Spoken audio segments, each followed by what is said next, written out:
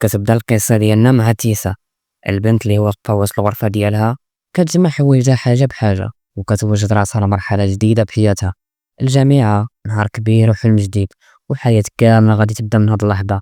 قلبها كيضرب بسرعة وعينيها عامرين بالشك والقلق، بحال شي واحد اللي غادي يدخل شي عالم ما كيعرف عليه والو. نوى صاحبها اللي باقي كيقرا في الباك، والوالدة ديالها اللي ما كتخلي حتى حاجة تفلت على عينيها، قرروا يرافقوها ويوصلوها للجامعة. ملي وصلوا دخلوا معاها لغرفة جديدة، الشامبر اللي غادي تولي عالمها جديد. تما تلاقات بجوج بنات، ستيف وتريستين. سلموا عليها ورحبوا بها معاهم، وبداو اول لمسة ديال الحياة الجامعية. ولكن الوالدة ديال تيسا ما عجبهاش الحل نهائيا. تصرفات ستيف، طريقة كلامها، وحتى الشراب اللي كتشرب بلا ما تكشف من شي واحد، خلاو الام كتغلي من الداخل. داك اللحظة نيت قررت تبدل لبنتها البيت، ولكن تيسا وقفت قدامها، حبستها وقالت ليها انا ما بقيتش بنت صغيرة اماما، خليني ناخذ قراراتي بوحدي. الجملة هدت الام في الاول، ولكن بدات تدريجيا كتقتنع بكلام بنتها. من بعد مشات هي ونوى، من بعد اخر حضن واخر كلمة، رجعت تيسا لبيتها جديد. وستيف عرضات عليها الضرب مع ماشي ديال الطاسة معاها، ولكن تيسا رفضات بأدب. ستيف سولاتها على الشاب اللي كان معاها وجاوباتها بكل بساطة، داك صاحبي وسميتو نوى. الغد ليه تيسا كتوجد راسها لأول محاضرة في الاقتصاد. دخلت الجامعة ومعها واحد الشاب سميتو ليندون. تصوروا جاو بكري، ولكن المحاضرة ما بداتش. جلسوا بجوج وبداو كيولفوا البلاصة، كيتعرفوا على القاعة والمقاعد والأجواء الجديدة ديال الجامعة. من بعد نهار طويل مشات تيسا تدوج. ملي سالات الدوش ديالها كتلقى حوايجها كلهم فاسقين. خرجت غير بالفوطه من الدوش، داخله لبيتها باش تلبس حوايج جداد. والصدمه واحد بنادم كاع ما كتعرفو جالس ليها فوق الناموسيه ديالها، كيقلب في كتابها وما مسوق لحتى حاجه. خونا سميتو هاردن وباينه فيه العياقه بزاف، ولكن بالرجوله خونا كاريزما. سولاتو شكون انت وشنو كدير تما، جاوب بروده انا صاحب ستيف.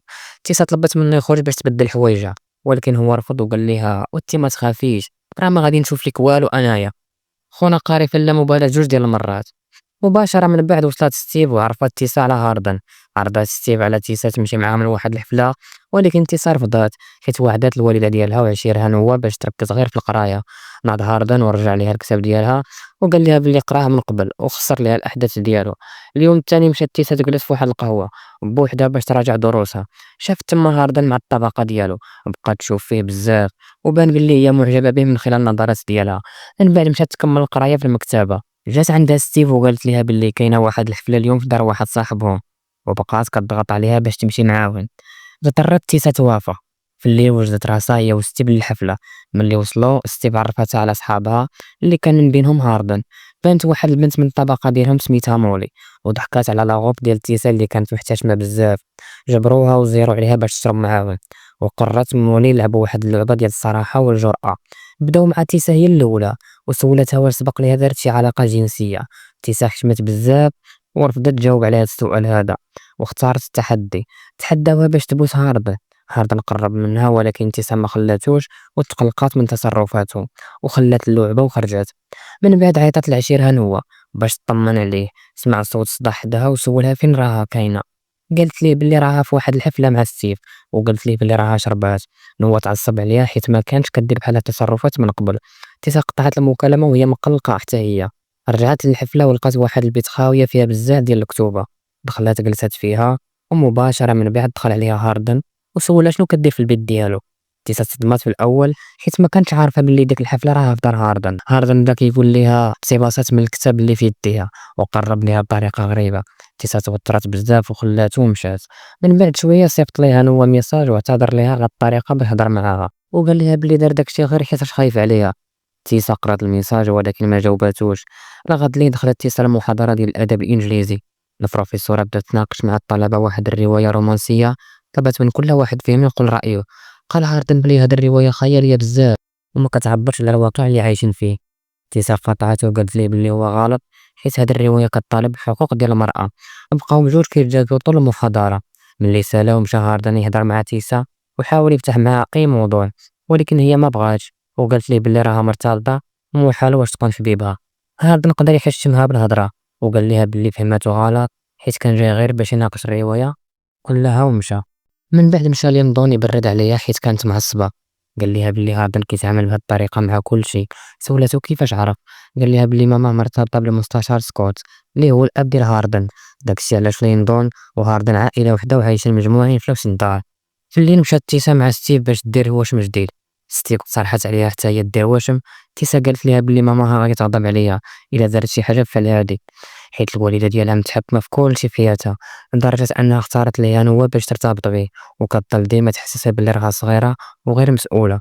لغد اللي وصلت تيسا للقهوة وشافت هاردن تما، ولكن جهلاتو. مشى هاردن يعتذر ليها على آخر موقف وقع بيناتهم، وطلب منها تمشي معاه لواحد البلاصة مهمة. في البداية رفضات، وطلبت منه ما يتعداش حدودو معاها. دارت باش تمشي بحالاتها، ولكن بدلات رأيها في آخر لحظة وقررت تمشي معاه. وصلوا بجوج لواحد البحيرة بعيدة في الغابة. هاردن قال ليها بلي هذه هي البلاصة المفضلة عنده. عرض عليها تعوم معاه. رفضت في الأول ولكنه ضغط عليها ووافقات، ونزلت تعوم معاه. سولها هاردن علاش ارتبطت بنوا. قال ليها بلي هو شخص ظريف وكيبغيها بزاف. من بعد هاردن بقى يشوف فيها وهي كتعوم، قرب ليها بطريقة رومانسية وقال ليها بلي ما يمكنش يبقاو غير صحاب. خرجوا بجوج من الماء وهاردن عطاها بظهرو باش تبدي حوايجها. تيسا قربت منو وشدت ليه في يدو، وبان بلي بدات كتبغيه. مشاو بجوج ياكلوا في واحد المطعم. سولاتو تيسا كيفاش كانت حياته في الماضي، قال ليها بلي ما باغيش يجاوب على هاد السؤال. سولاتو علاش عنده بزاف ديال الروايات الرومانسية وها هو ما كيثقش في الحب. طلب منها ما تثق في والو من داكشي اللي كيقولوا ليها. بقاو يضحكوا بجوج. فجأة جات مولي وصاحبها زيد وجلسوا معاهم. بانت علامات ديال التوتر على هاردن، وحاول يمشي ولكن مولي حبساتو. هاردن طلب من تيسا تسبقو وهو غادي يتبعها، وبقات تيسا كتسنى ترجع. وملي وصل عندها قالت ليه بلي ناوية تقول لنوا على داكشي اللي وقع بيناتهم اليوم. هاردن تعصب عليها وقال ليها بلي داكشي اللي وقع كان غير نزوة عابرة، وقال ليها بلي هو ماشي ديال الارتباط. تيسا تصدمات وخلاتو ومشات. من بعد كنشوفو تيسا وهي كتحلم بهاردن وكتبيق مخلوعة، ونهار اللي لبسات ووجدات باش تمشي للمحاضرة ديالها، ولكن تفاجأت ملي لقات نوا جاي يزورها وجايب معاه الورد. اللي مشاو بجوج لواحد الحفلة وسط الغابة. هاردن كان تما وبان عليه مقلق بزاف. قررت مولي يلعبوا لعبة ديال تمرير ورقة كوتشينة بالفم. ملي جات الدور على تيسا رفضت تاخد ورقة من واحد الشاب سميتو قيس. فهاد اللحظة حاول قيس يتحرش بيها. فجأة ناض هاردن من بلاصتو وضرب قيس. في الليل كنشوفو نوا ناعس مع تيسا. فجأة جاتها مكالمة من ليندون. جات عندو وسولاتو شنو واقع. ملي وصلت لتما لقات الدار كلها معرسة. سولات ليندون شنو وقع. قال ليها بلي هاردن هو اللي دار هادشي حيتاش كان سكران وكان كيغوت غير بسميتها. طلب منها تمشي تهضر معاه وتحاول تهضر معاه حيت باين بلي باغي يشوفها. مشات تيسا ولقاتو جالس كيشرب وباينه فيه معصب بزاف. سولها شنو جابها لهنا. قالت ليه بلي تقلقات عليه وجات باش تشوفو. قال ليها بلي مقلق حيت با قريب غادي يتزوج، وماما مسكينه عايشه بوحدها في لندن وما كيسولش عليها. طلبت منو تيسا يحبس الشراب وهو يهرس القرعه اللي كانت في يدو. زنات تيسا باش تجمع الزاج، وبلا ما تحس جرحت يدها. صافي هي هاديك حتى كنجبو لغد ليه تيسا باقت ولقات راسها دار هاردن. خرجت كتجري للجامعة حيت أكيد نوا كيتسناها تما. ملي وصلت لقاتو قدامها وسولها فين كانت البارح. تيسا توترات وقالت ليه بلي كانت مع واحد صاحبتها. نفس اللحظة وصل هاردن موراها. نوا ملي شافو فهم بلي خانتو معاه، ولا هو معصب ومشى يركب طوموبيلتو. رجعت تيسا لبيتها وهي منهارة. قالت لستيف بلي تفرقت مع نوا. ستيف عندقاتها وحاولت تهون عليها. دازت ليام ودخلت تيسا في واحد الحالة ديال الاكتئاب صعيبة. واحد النهار كنشوفوها جالسة مع هاردن، عاودت ليه بلي نوا كان هو الشخص الوحيد اللي وقف معاها، اللي بغاها تخلى عليهم شحال هادي. وحاليا كتحس بلي خسرات صديق عزيز عليها وندنا بزاف حيت جرحاتو. ولكن قالت لهاردن واللي هي كتبغي اكثر من نوا وما مستعداش تخسرو. من بعد هاد الهضره قرروا بجوج يرتبطوا. دازت ايام بزاف وكنشوفهم كيقضيو اوقات زوينه مجموعين. واحد النهار تيسا وهاردن كانوا مجموعين في البيت. فجأة دخلت عليهم ماما تيسا، لقات بنتها مخليه القرايه وكتضيع وقتها معاه. طلبت منها تفارق معاه دغيا وترجع لنوا، ولكن تيسا غضبت عليها وطلبت منها تحبس التدخل في القرارات ديالها حيت ما بقاتش صغيره ومن حقها تختار الشريك ديال حياتها. ماما صدمت بيها قبل ما تمشي. قالت ليها بلي غادي تقطع عليها المصروف وحذرتها بلي هاردن غادي يهرس ليها قلبها. من بعد مشات تيسا تعاود صاحبها نضون على داكشي اللي وقع. طلب منها ما ديرش الامل هاردن حيت خايف عليها، ولكن تيسا ما داتش على هضرته. من بعد شويه مشات تيسا تلاقى مع هاردن. دار واحد الشقة جديدة كان يشريها ليهم بجوج باش يعيشوا فيها مجموعين. تيسا عجبتها هاد المفاجأة وقالت ليه بلي هي فرحانة بزاف حيتاش عرفاتو. دازت الأيام وكنشوفهم كيدوزو أوقات زوينة. واحد النهار كانوا في متحف ديال الأحياء البحرية. هاردن قال ليها بلي هي نقية وزوينة بزاف وكيحس بلي كتستاهل شاب أحسن منه. تيسا قالت ليه بلي ما كاينش شي حاجة ممكن تبدل المشاعر ديالها اتجاهه، وقالت ليه بلي هي فرحانة بيه وطلبت منه ما يعاودش يقول هاد الهضرة هادي. من بعد فترة كنشوفو تيسا وهاردن غاديين يحضروا العرس ديال سكوت. بات هاردن عرفنا بلي تيسا هي اللي قنعاتو يحضر العرس حيت كان رافض الفكرة بتاتا. تما مشات العروسة اللي سميتها كارين قوم لندن تسلم عليهم. رجع سكوت يهضر مع ولدو ولكن كانت هاردن صدمو وتجاهلو. كارين سولات تيسا علاش ما دارش الأدب الإنجليزي، قالت ليها اللي كانت باغا بزاف هاد المجال ولكن صعيب تلقى ليه الخدمة. كنت قال ليها بلي عنده واحد الصديق وعنده شركة ديال النصر سميتها بانز وممكن يوظفها تما من بعد ما تكمل القراية ديالها.